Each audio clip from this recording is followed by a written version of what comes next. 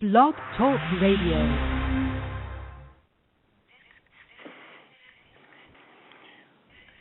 Oh.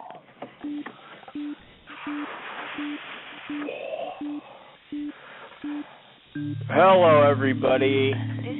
This is Manny Speakeasy, and I'm back again for another episode tonight. Speaking on one of my favorite topics, we all know what that is, politics. I love speaking on politics because I want to help the world see the injustices and the immorality of politics as a whole. Now, this is going to be broken up into two separate shows. Tonight, I'll give you more of the poetic forms of expression for how I feel. On Friday or Saturday, it might be pushed back to Saturday, the next show. But as of right now, it's Friday night, 6 p.m. It might even be pushed up to tomorrow. We'll have to check that out. But as of right now, Friday night, 6 p.m., that show will focus more on, I would say, geopolitical, ecopolitical, ethnopolitical topics. And I will use less of a poetic expression behind it. I will use more of just normal talking and, as I do on my website, ranting. Friday night will be really off the cuff because I'm just going to speak at random about everything that pisses me off about politics. Tonight, as far as my poetic pieces go here, it'll be more sociopolitical topics to discuss and to comment on through poetic expression. To be honest, I just didn't have a lot of pieces on other forms of political realms. Anyway, on to the first piece. It is called Education. Pretty self-explanatory title there. It's about education. I'll explain a little more about it later, after the piece is finished. Education. Education is embedded in our psyche. We just don't know it. Education is encased in our brains. We just don't know how to tap into it. Education is staring back into our eyes with each computer screen, each book we never were told the title of, each television that never advertises their history channels. We were never told in high school how to learn to find what we like, so we can actually go to college with a plan, or no, further education isn't for us. But that's bullshit. Education is for everyone. Without it, misinformation reigns supreme. And with misinformation, it diverts the attention away from the capitalism abusers and the liars profiting from them. Misinformation now seems to tell us we don't need our books or internet encyclopedias. We must become more robotic, less patient, and eventually lazy enough to where we don't care we're getting fucked over. As long as we get our recycled beats, processed food, and dumbed down appliances, we'll find a way to subvert the pain of losing our pride. We'll bathe in the excess of the lack of feeling. Thus, we'll never educate ourselves enough to know we've been wronged. We are never told growing up why we should go to college. We are never told growing up why we should do anything.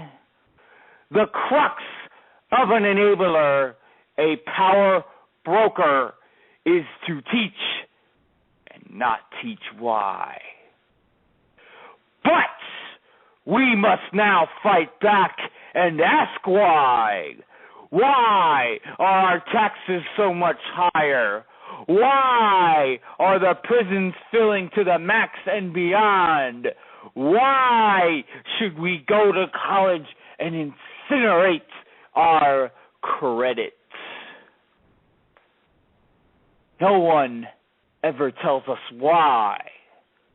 But we are adults now. As the me generation, that's not a title to be proud of. I am certainly not proud of it.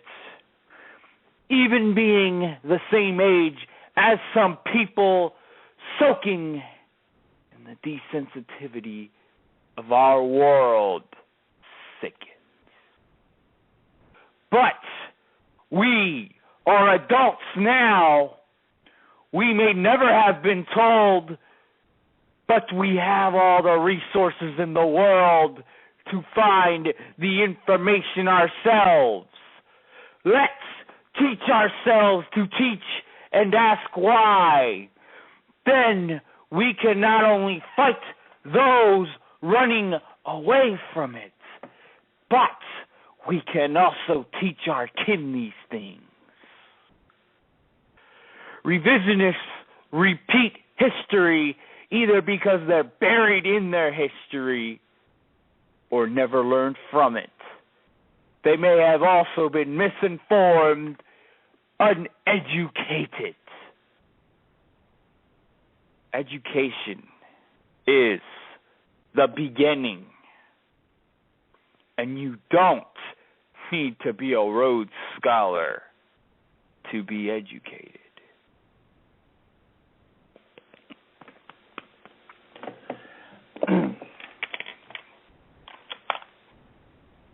That one was called Education. And just a little insight into that work. I'll explain a little more on Friday if I can get to it on education in our society, in our world. But I have to iterate where I'm coming from, where I came from as far as education goes. As far as school goes, I won't lie to you. I didn't learn it. The more I live life, the more I realize I didn't learn a fucking thing in high school. And I'm sure there's a lot of people who feel the same way. But nobody has ever spoke up against that. And I find that to be very troubling. I find our world to be very troubling, and part of the reason why we don't speak up is because we are uneducated. Can I say that I am a high master of knowledge? Of course not. And even if I was, I wouldn't say it to anyone because that's demeaning and egotistic of me. But I guess my point is,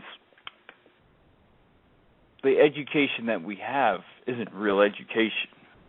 Those books don't tell us anything. There's nothing in our school books about how our Native Americans were pillaged and raped and forced off their lands. And I know a lot of people have spoken on that subject, But guess what? Nobody really, I mean, I don't want to say nobody. People are doing something about it. But there's a lot of people who talk about that in particular, and that's just one aspect of many. I guess you could say that lies in sociopolitical, geopolitical, and ethnopolitical topics. No, not a lot of people I hear who talk about that really do anything about it. And I am guilty of that myself, too. But I also know some of the history. The Trail of Tears were real. A more recent event, Leonard Peltier, was real. I mean, just go back. Just go on the internet and look. You'll find all the information there. But anyway, I just would like to see us as a society become more informed, because it's obvious a lot of people are not. I will talk more about that on Friday, trust me. That was just the beginning. But this somewhat delves into a short, I guess, prose piece, you could say, that I wrote and posted on my Facebook page not too long ago. It's called Power. I alone have no power. No one has any power by themselves. A lot of people believed in this preconceived notion that our president is the most powerful man on earth. No person has any power alone. No world leader does. Bill Gates is the richest man in America. He does not have any power. What if no one were to believe the words or follow the policies of our beloved president? What if no politician supported Obama or funded him during both his presidential campaign? What if the C notes Gates has in abundance were deemed obsolete by most of the people in American society? We alone as just people are politics about to take us, and we are powerless. Together, though, only as groups can power be obtained.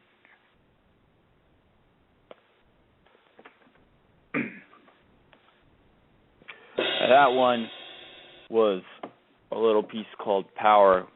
And why I say those two kind of intermingle together a little bit or mix together a little bit is with education comes power. Because when you're educated, you understand that you alone do not have any power. I understand the point that some people can make about one person can change the world. I understand the message they're trying to convey, but it's a false message. It's a farcical message, because one person alone cannot change the world. But one person can help another person, help another person, help 3 people, help 7 people, help 10 people gather the message along. And that is when power is obtained through information, through education. That's all education really is, information. You inform yourself and your brain of what's either already there that you need to know in life or what you will need to know in the future.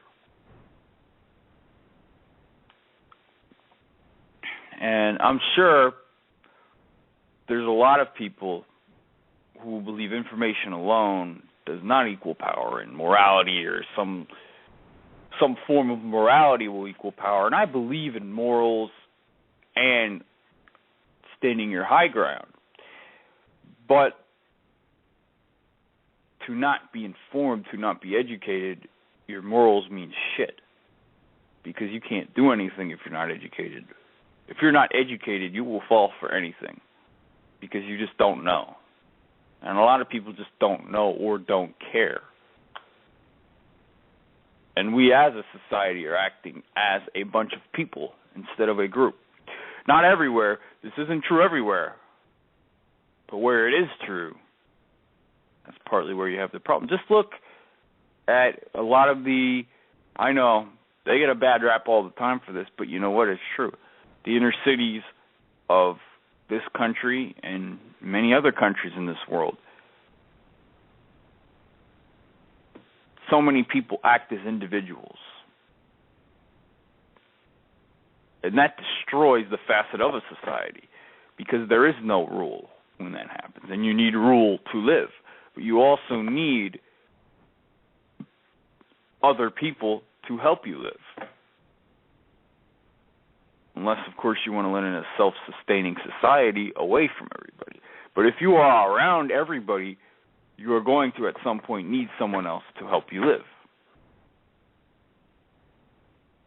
Otherwise, you're going to live a really boring life. Or at least not to help you live, but to help make change around you.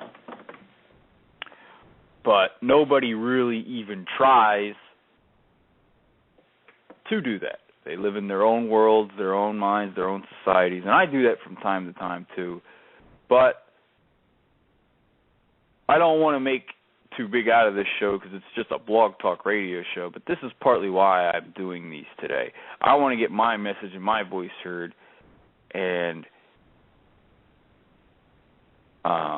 next month, for our political episodes, I will be doing political pieces and just plain talking about solutions that I feel could be partly to this problem. But this is one of the solutions that I feel we could be. If we just, we don't even have to, all we have to do is talk to somebody and inform somebody. Because nobody's informed anymore. And that's part of the reason why we live as individuals. It's fine to have your individuality. But as a society to live as individuals, if you're in a bad place, nothing's going to change that way. Even people in gangs, they live as individuals. Because the people that they have helping them, it's for their own right.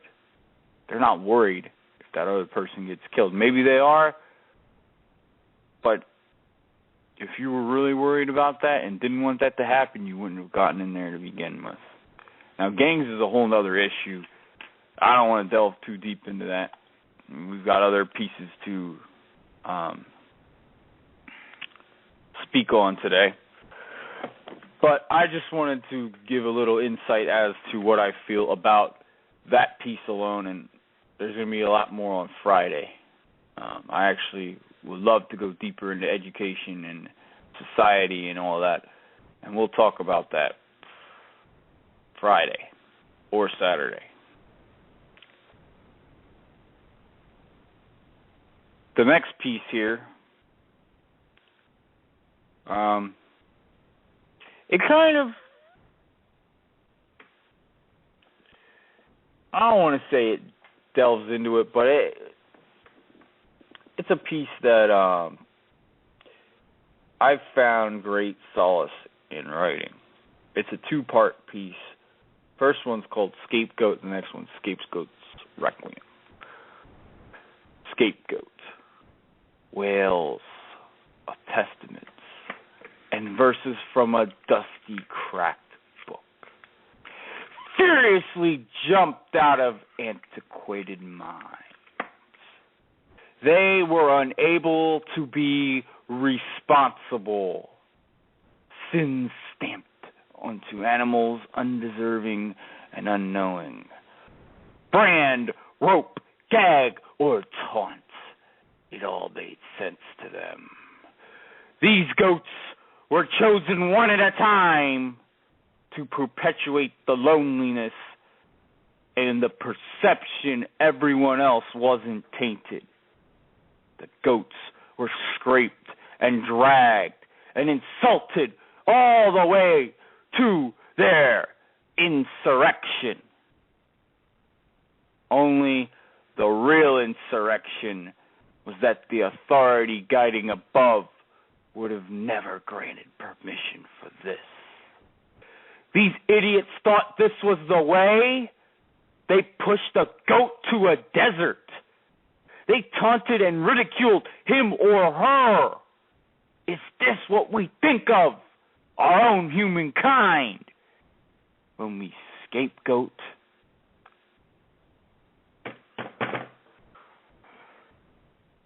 That was the first part.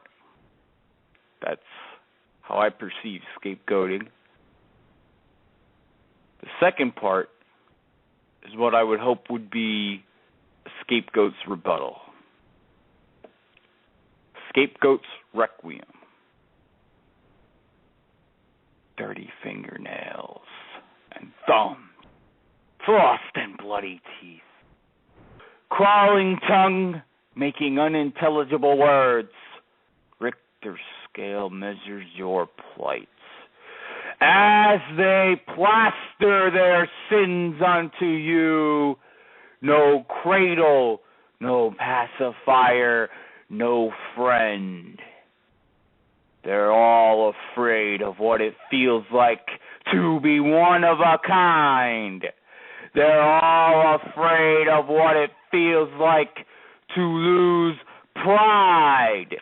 They're all afraid of what it looks like to be guilty and to take responsibility of that. But as the brand sears flesh and the rope gags, you have no choice but to choke and pursue desolation. I have no choice but to pursue desolation. Because living in a world with these fools would make you just as much the fool. So even a forced withdrawal may be one warranted.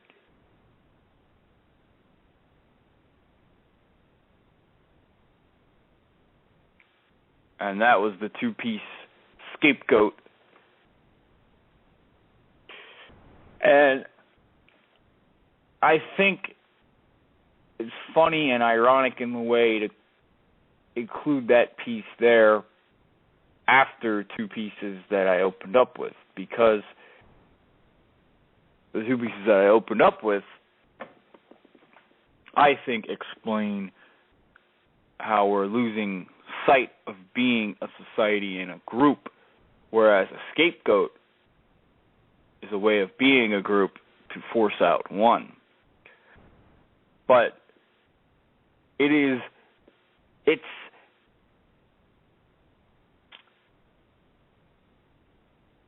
I would say it's an ill-conceived way of being a group, and it's an illegitimate way, because in the end, every single person who scapegoats is thinking about themselves and nobody else when they do it. That's why they scapegoat. Their sins are unto you. They're not thinking about that person, or as it was back in the Middle East during ancient years, years of Christ and stuff like that. The goats. But nobody ever really had a group in mind, and the person was innocent. The only purpose for these rituals, and we still do this today, is to take the responsibility that you should hold for yourself, for your own actions onto someone else. Because their sins, as they were back in those days, and even now, almost every sin is avoidable. And almost every sin is probably your fault. I have many sins. Well, I can't say many. I have a lot of sins that I've done in the past. I don't like the word sins to describe it because I'm not a religious person. I don't follow any religion. I don't follow any God. I do follow, in some ways, sort of a spiritual connection that we all have. And maybe in some later show I'll explain that. But I do feel as though what sins are exists. Doing a bad act or a bad deed or even an unlawful deed. And I've surely done a lot of those. But I know now that pretty much every quote-unquote sin that I've made is my fault. I could have prevented it, and I was dumb and stupid. I was young and stupid. I'm still young. I'm still pretty stupid, too. Or I do stupid things on occasion. But I have learned from pretty much all of my past experiences.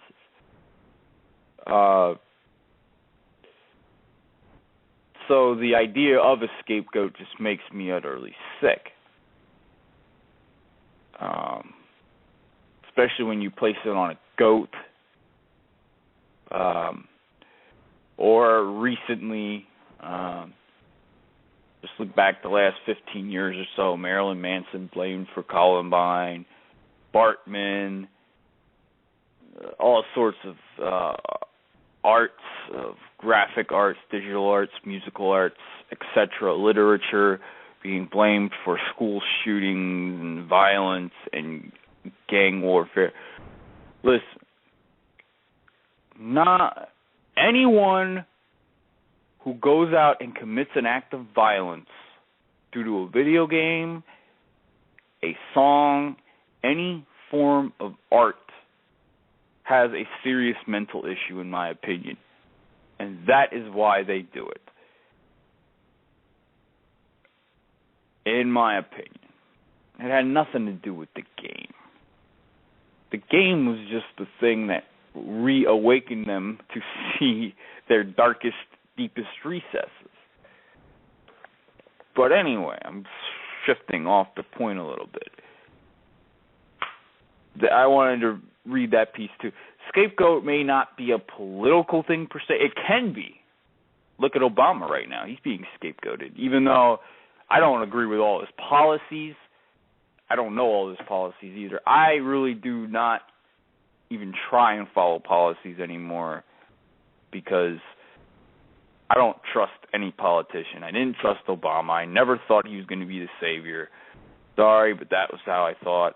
And, you know, I would love to come out and say, let's say if I were a white racist dude, I would love to come out and say, oh, Obama was just voted in because of the blacks. Wanted to vote him in. Well, I know a lot of black people who didn't want him voted in, and I also know a lot of white people who did. It's not a race thing anymore with him. He's just being scapegoated because the country thought he was going to lift us out of the recession, and he didn't. Scapegoat. They don't understand it. A lot of people did lose jobs for bad reasons, but there were some people who just didn't do enough that they could to make it to where they wanted to in life, and they blamed it on him. But anyway, that's all I have to say about scapegoating. This show is a wrap for today. I hope you all enjoyed it. It will be, like all the others, uploaded to my YouTube, my website, Facebook. Check everything out. Check on Friday. Check on my Facebook for times of my next show. It should be Friday, but we might change it up. As of right now, it's Friday at 6 p.m., and I'm going to do a lot more talking, a lot less poetry. I don't even know if I'll do a poem piece on Friday. Enjoy that. Next week, Great topic, unemployment. A little bit of another socio-political topic. Anyway, that's all I have for today. Thank you and goodbye.